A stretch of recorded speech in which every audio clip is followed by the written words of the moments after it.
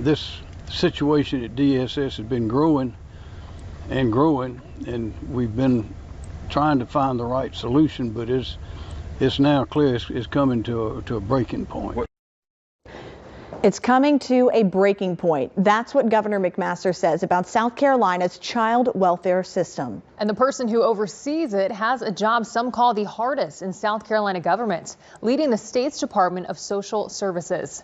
DSS serves as a catch-all agency for the most vulnerable South Carolinians who have often fallen through the cracks.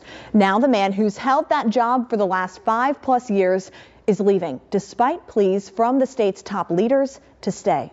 Our Mary Green spoke with DSS Director Michael Leach for his first sit-down interview since that surprising resignation announcement on what led to this decision and what comes next for this system.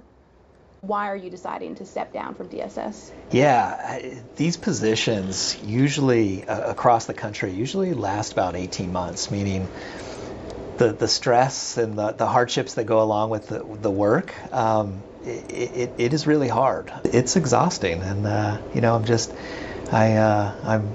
want to spend more time present with my family, so it's time to go. Did you imagine you would be here 5.5 years later? Actually, no. Since his arrival in 2019, DSS Director Michael Leach has led his agency through the COVID-19 pandemic and the ensuing crises that followed, from youth mental health to childcare, along with several hurricanes during which DSS is in charge of statewide sheltering needs. That's in addition to the day-to-day work in normal times of an agency whose responsibilities span from managing the foster care system to administering billions of dollars in federal food benefits. You have to give everything. People have to see you, the leader of this organization, there.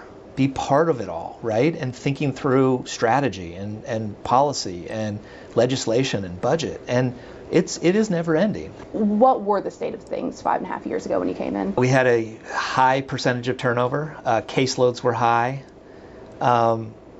We were not helping people effectively across the state in any of our program areas. Including one of DSS's most significant mandates, managing the state's foster care system and ensuring the well-being of the thousands of children in it. A few years prior to Leach's arrival, South Carolina was sued for falling short in placing foster children in family-like settings and in not providing them with basic health care. The state is now 8 years into its settlement agreement, and the federal judge overseeing it has said South Carolina is making positive progress, though some key improvements still need to be met. We've exited a bunch of metrics. We have a few more that in the next year we can exit.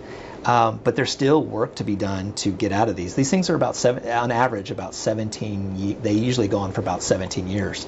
So we're about 9 years into it, and we've made a lot of progress. And he says overall that system is improving. In your time, DSS has seen both highs in the numbers of public adoptions and lows starting a few months ago of the number of children in the foster care system.